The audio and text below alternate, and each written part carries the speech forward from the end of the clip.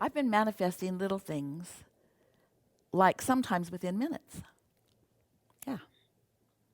Emotions are that way, or someone calling you is that way, or a new idea is that way, or finding something that you haven't been able to find is that way, or.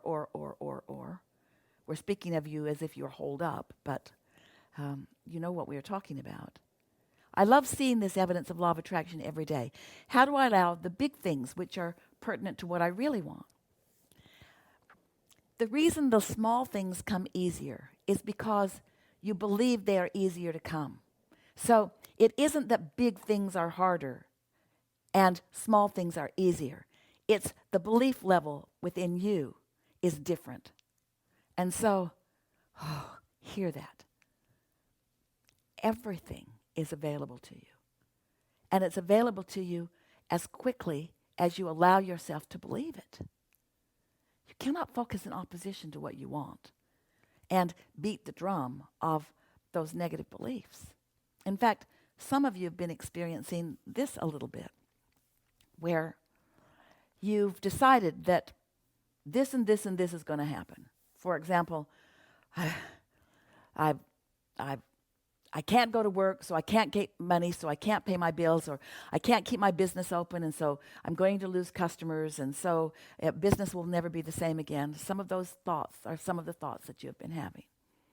So as you find yourself focused in a direction of thoughts that are sort of feeling like that, what you must understand is that you're holding yourself apart from the solutions that would be there otherwise. A belief is only a thought that you continue to think. And so you can bridge beliefs by thinking other thoughts, but start with general thoughts. How do I make myself be ready to handle something big like that? By acknowledging that nothing's big. Nothing is big. It's just an idea that you're not resisting. So let's reframe this question. Why do I hold more resistance on big things than little things? The answer is because you've convinced yourself that big things are harder, but they're not. Because you are not the one who is gathering the cooperative components. Your inner being is. Your vortex is. You launched the rocket of desire, and what you want already is. The little things are in the vortex, and the big things are in the vortex. You're just letting the little things in because you believe them more than you believe the big things. Don't you like knowing that?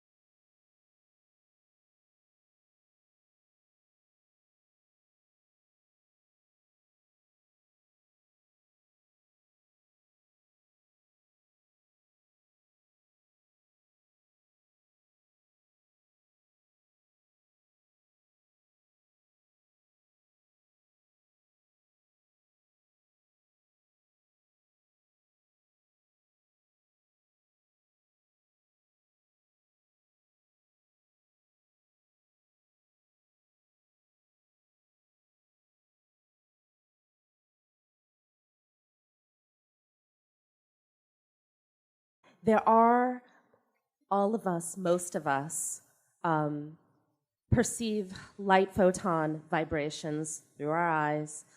All of our other senses perceive matter electron vibrations. We know, as our scientists, we know as physicists that everything is vibration. The light is a vibration, the electrons, all the matter is fundamentally all vibration. But those are the only two vibrations we perceive. Well, but the thought vibrations, there are some humans among us who are able, like Esther, to perceive vibrations that are not those two. well, now physical. So here's something that's going to sort of kick you back on your heels just a little bit, because there's a flawed premise in afoot here so yes, you can perceive light photons and you can perceive, but for just a little while, you just contemplate it without getting together with any other scientists. You just contemplate this for a little while. The best way of perceiving resonance is through your solar plexus, gut, emotional awareness. Because that tuning or calibrating is far superior to anything that you are observing as light. Or what was the other one? Sound?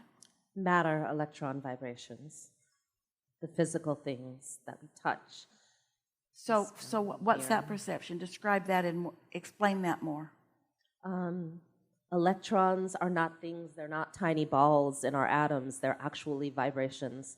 So you're saying that your eyes can interpret the vibration and your fingertips? Yep, the fingers, the electrons in my fingers are pushing against the electrons of the chair, giving me this illusion that there's something physically, it's the opposition, the pushing against, that gives the illusion that there's matter around us. But we understand they're really just vibrations themselves, and the light is vibrations. So what you see with your eyes is a translation of vibration. Yes, what you feel with your fingertips is a translation of vibration.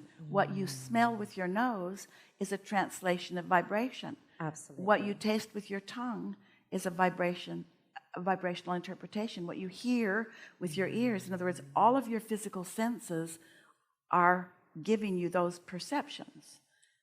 Yes. And the difference is that non-physical thought vibrations, I understand that our imaginations, that those thought vibrations are just as real as the other vibrations, the physical vibrations that I'm talking about. Yet only some of us, there are some humans who can actually perceive those thought vibrations.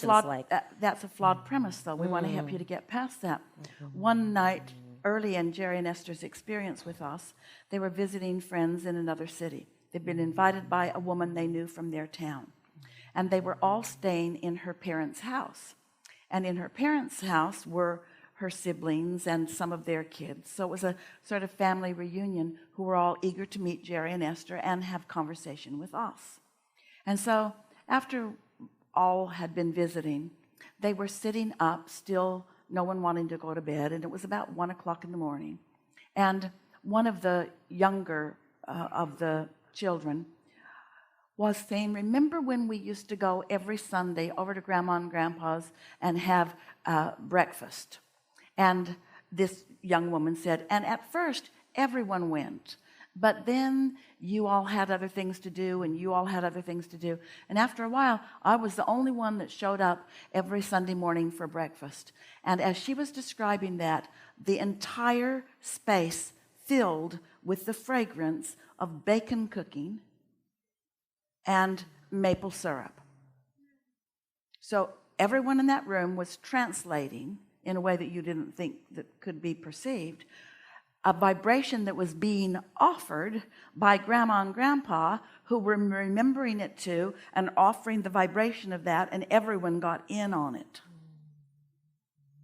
So non-physical is offering much more than humans are allowing themselves to receive. We're just saying to you, if you could, for just a little while, step back from the scientific approach and let it be an emotional approach for a little bit. In other words, that's a hard place for scientists to go because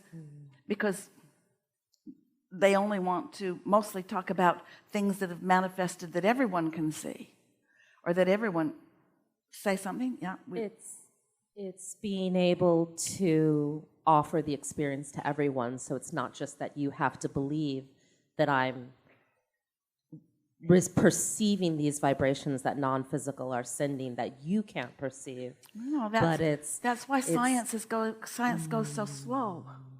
And that's why I'm because reaching for one step in a direction that if there were a way for everyone to perceive the thought vibrations. Here's the way. Yeah, Introduce this into your scientific community, as far as anyone.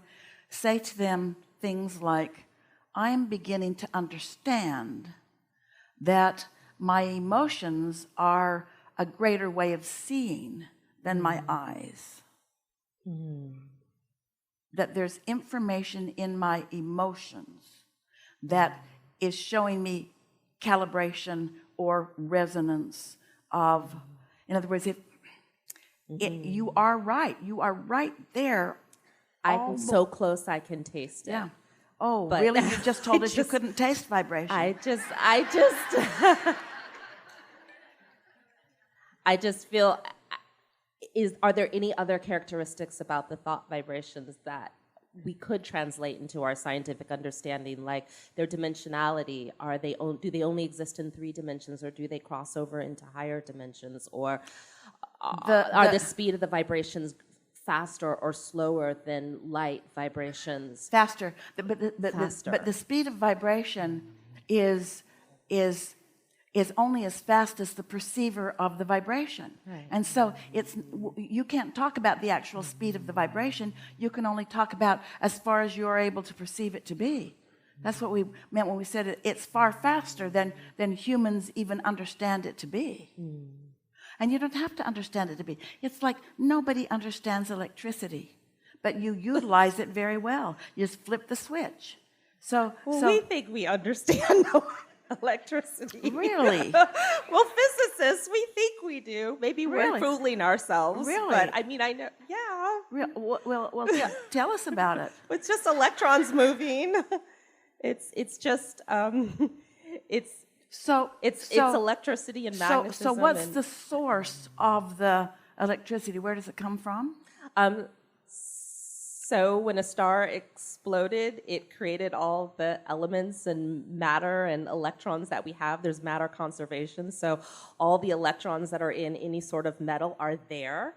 And it's simply, if you move a magnet through a coil of wire, anyone can do this experiment. You can generate electricity. All you do is you take a loop of wire and you take a magnet and you just move it in. We didn't say that you're not harvesting it. We asked you where it's coming from. A star, really?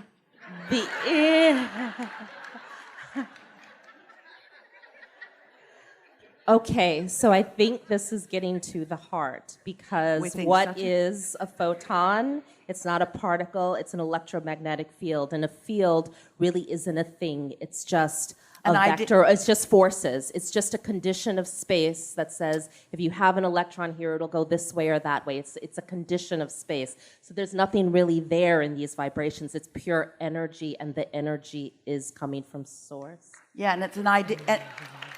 I see. And it's an idea. It's an idea. It's a thought. Okay, so the consciousness itself is the energy that creates the force. All the forces, that's where the fundamental force is. So the one thing in quantum mechanics we don't understand is quantum superpositions. There's weird things going on. And what's collapsing, that quantum superposition, is the consciousness itself. But the only reason that it looks weird is because of the various perceiving of it and the controversy over that. In other words, there's only that if you start with a simple premise that there is awareness, source energy is aware, and then those who are trying to understand that awareness are introducing all of the distortion. I see. Right, because source energy is pure awareness, and our distortions are the fracturing of the different viewpoints. We have these different viewpoints, and that's why it's fractured. So let's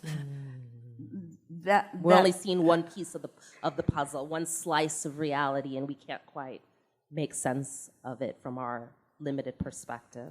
Well, it's because you're starting with a flawed premise. Right. And so let's just back up into the simplicity of what's really going on. There is consciousness, awareness, an offering of what you would call a thought vibration, or what you were calling energy, that has no resistance in it. It's just knowledge, thought, and then there's humans' reaction to it. And it's different. It's what we've been talking about in all these hours we've been together. It's the way you're looking at it as in relationship to the way your inner being or source energy is looking at it, that makes all the environment in which creation can happen. In other words, in the same way that emotion is a manifestation, all that you are calling matter, it comes out of that mix of that perception and that perception. I see. And you can explain it in lots of different ways, and nothing that you've said is incorrect. It's just that as you step into this larger viewpoint of simplicity, it isn't as difficult as it seems. I see. Okay. Now you're making us want to say something else. Are you ready to hear it? Absolutely. You said it, or nearly said it. Maybe you did say it. Maybe you said it better than it's going to happen here and now. But what you seem to be saying is something that most have a very hard time understanding, and that is nothing. You were talking about it seems like the chair is real, but it is vibration that is being perceived. In other words, you perceive your reality into your reality, and that's the reason that the money can come with ease. It's the reason that it's the reason that once you just accept that everything that is matter, everything that is time and space, everything that is perceivable through your physical senses was energy that you have integrated with and interacted with until you were able to perceive it. And you, as brilliant as you are and as magnificent as life is, you're still perceiving it very awkwardly so far. And that's what you're on the brink of. It's easier than humans are letting it be. It's nice to be out on the leading edge, isn't it? Yeah, it's fun. Thank you. Really good. Thank you. Satisfied for now? Absolutely. Yeah. Thank you. Really good. Really good. Really good. Call Esther anytime for a more in-depth conversation. We are serious about it. In other words, what you know and what we know is going to help you know what we know.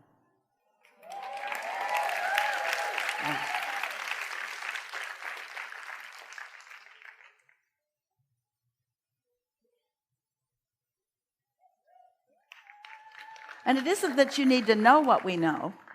It's that it would be satisfying for you to know what we know. But life is going to continue in its perfect way exactly as it is. In other words, you don't have to really know this. And that's what we were playing with you about the light switch. You don't have to understand electricity. You just have to flip the switch and it'll give you the results that you want. Yeah. There you are. I'm here.